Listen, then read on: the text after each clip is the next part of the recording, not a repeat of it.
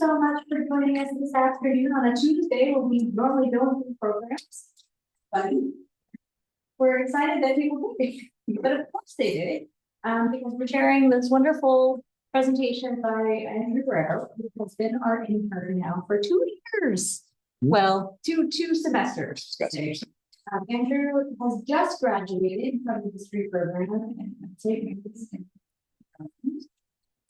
very excited that he has been willing to stay here at Thomas Balch Library and learn archival processing.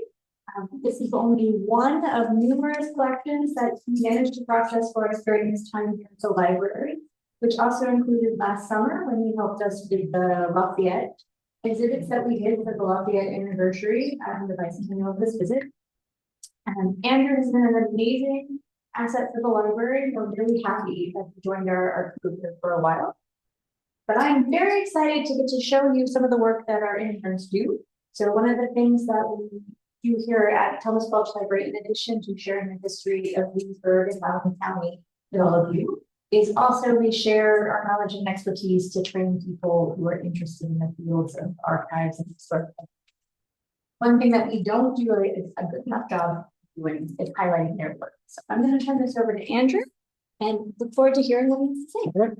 So out of all the things that I worked on last summer and this spring/summer, it would have to be my process with this huge box of Goose Creek Historic District documents and history and all things about that.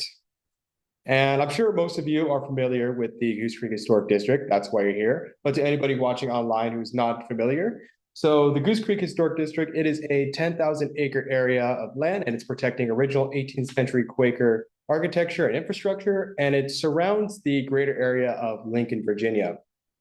Now, if anybody knows old maps, old geography, now this place actually used to be known as Goose Creek when it was first settled by the Quakers. But of course, nowadays, when you say Goose Creek, you're thinking of that little shopping center down in Ashburn, Virginia. Now, the Goose Creek Historic District itself has also gone by many different abbreviations, each one longer than the last.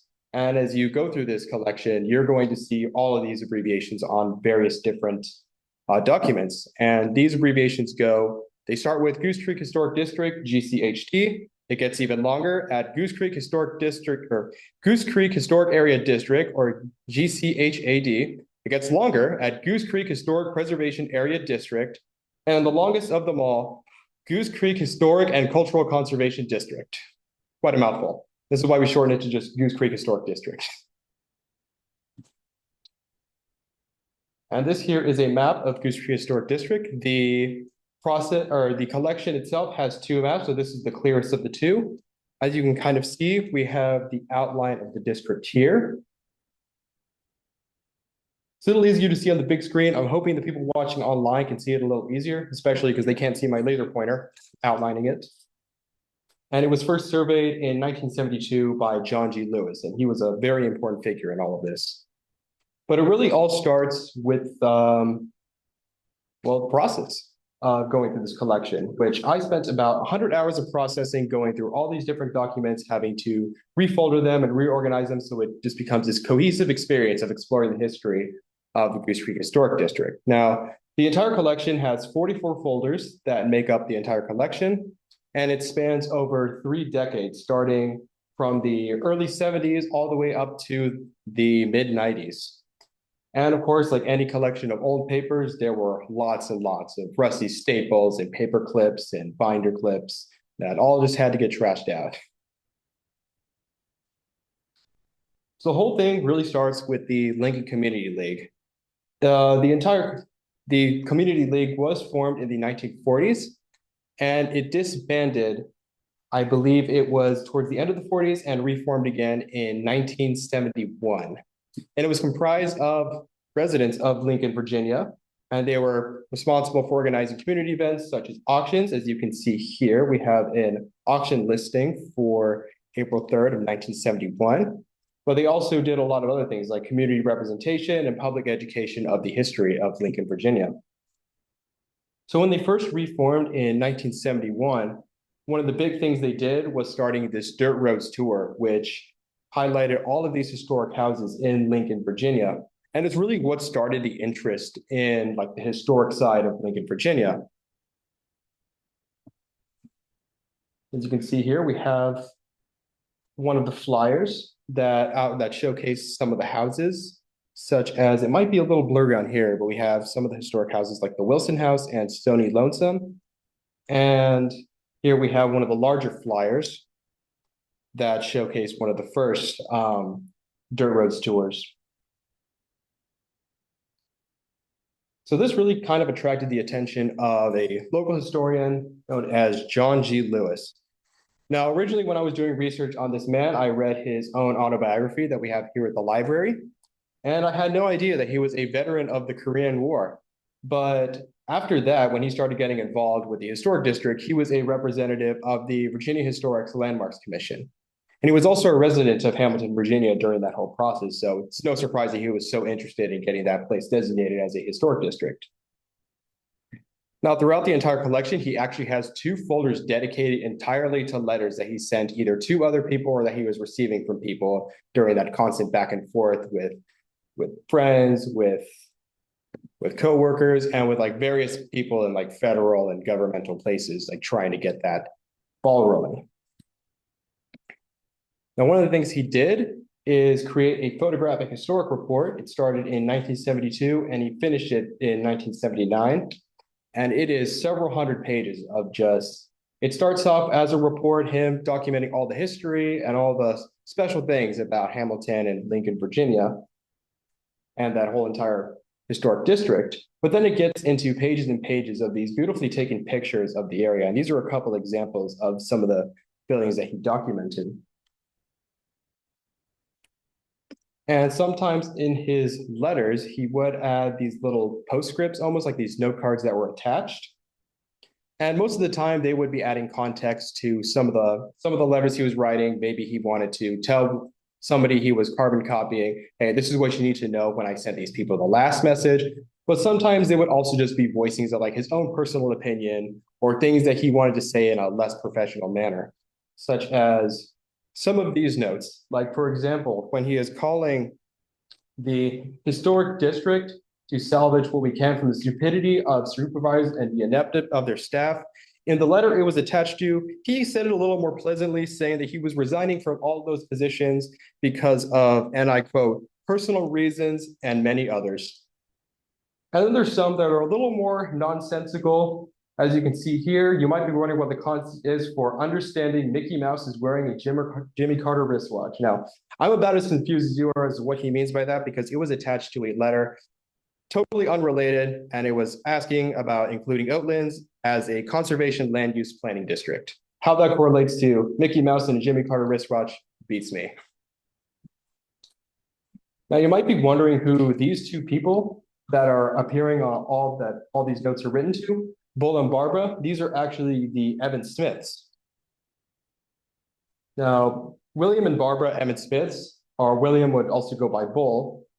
He was a colonel in the United States Army, and he served in Korea and Vietnam.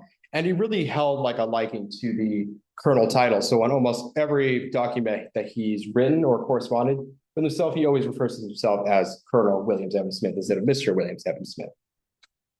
And he served in several different committees in Loudoun County. He was in the, most notably, the Open Space Advisory Committee as a chairman, and in the Goose Creek Historic Preservation Area District Committee as a co-chairman. And his wife, Barbara Evans Smith, she served on the Historic District Review Committee, and she was also a member of the Loudoun Historical Society. And while she was serving on that District Review Committee, she actually organized a tour of the historic area for the National Trust of Historic Preservation. Now, you might be wondering about this little tidbit down here, how he was found guilty of murdering his wife in 1985. So one of the things you have to do while processing the historic districts is looking up the death dates and the birth dates of people. Now, the former, the death dates, usually leads to interesting causes, because not everybody dies of things as sickness or old age. Sometimes it is something as shocking as suddenly they were murdered. And I feel like it does give you this fresh perspective on history, because it's almost like you're reading something like Macbeth or Antigone, but you already know how it ends. So you're just wondering, it's just the suspense building up to, I know how this ends, but I want to see how it got to. So towards the end of the collection, we actually do have a 3 files dedicated to this house that was purchased by the Emmett Smiths. It was a house that was bought in Hamilton, Virginia, off of, I believe it was Rural Road 1.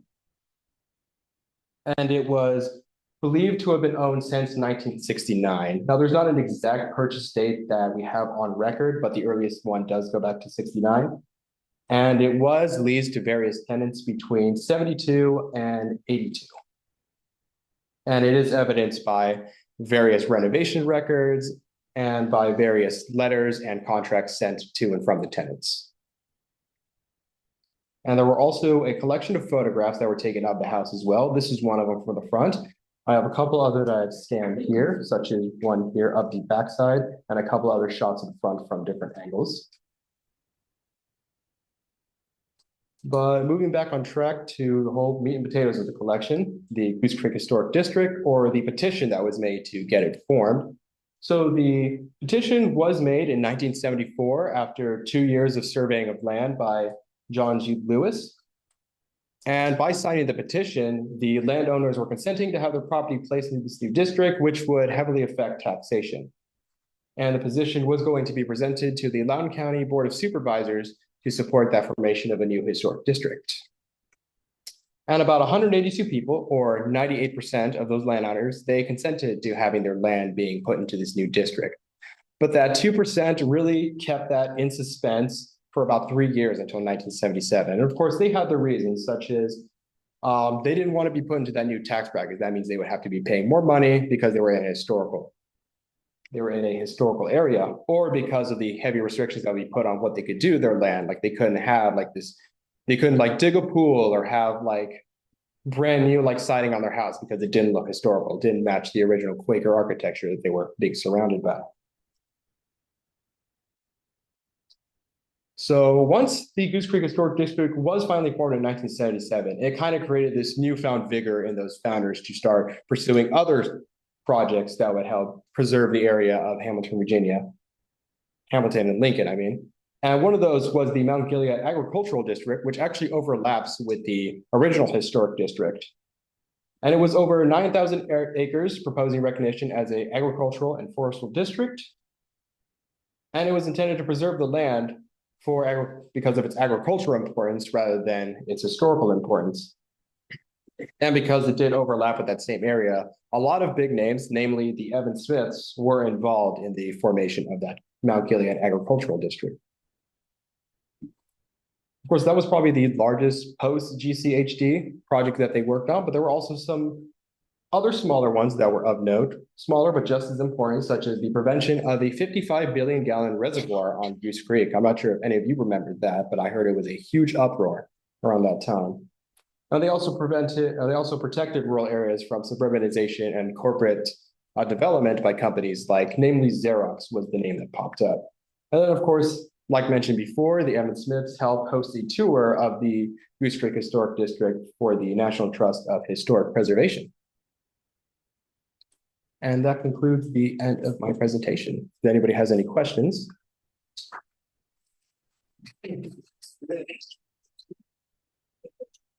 Thank you. I do remember the Edward Smith situation. Mm-hmm. I moved here in 1908. Right. Well, after she came over to our house, I want to make sure we were doing the right thing. We were in addition. Right. Mm-hmm. Knew the Evans mess, and I was just wondering, the Hamilton house that you showed, Yes. they may have lived there for a time, but that's not where they were living when she died. Yeah. That's what I originally had thought, because as I was looking at when I first saw the collection, I saw the photos of the house, and that's when I had also learned about the case, and I wonder if that's the house. But as I kept reading through the documents, I realized, oh, this is another property they owned that was being leased to other people. And since that was going up to like, I believe it was the mid 80s, the 80s, they were definitely not living there. Mm-hmm.